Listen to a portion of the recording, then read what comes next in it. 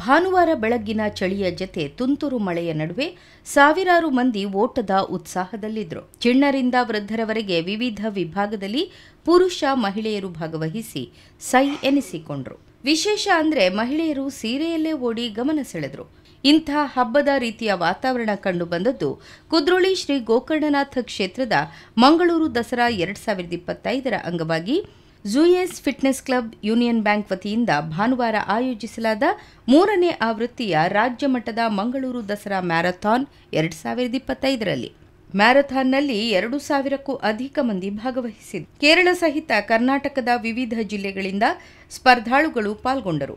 21 K run, 10 K run, 5 K run, 2 K ಸಾರಿ run ಆಯೋಜಿಸಲಾಗಿತ್ತು. ಪುರುಷ ಮತ್ತು ಮಹಿಳೆಯರಿಗೆ ಪ್ರತ್ಯೇಕ ವಿಭಾಗಗಳಲ್ಲಿ ಸ್ಪರ್ಧೆ ನಡೆಯಿತು.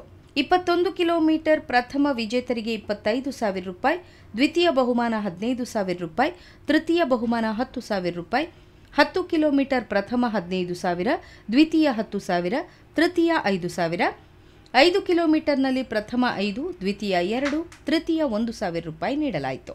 ಮಂಗಳೂರು ನಗರ ಪೊಲೀಸ್ ಆಯುಕ್ತ ಸುಧೀರ್ ಕುಮಾರ್ ರೆಡ್ಡಿ ಮ್ಯಾರಥಾನ್ಗೆ ಚಾಲನೆ ನೀಡಿದರು.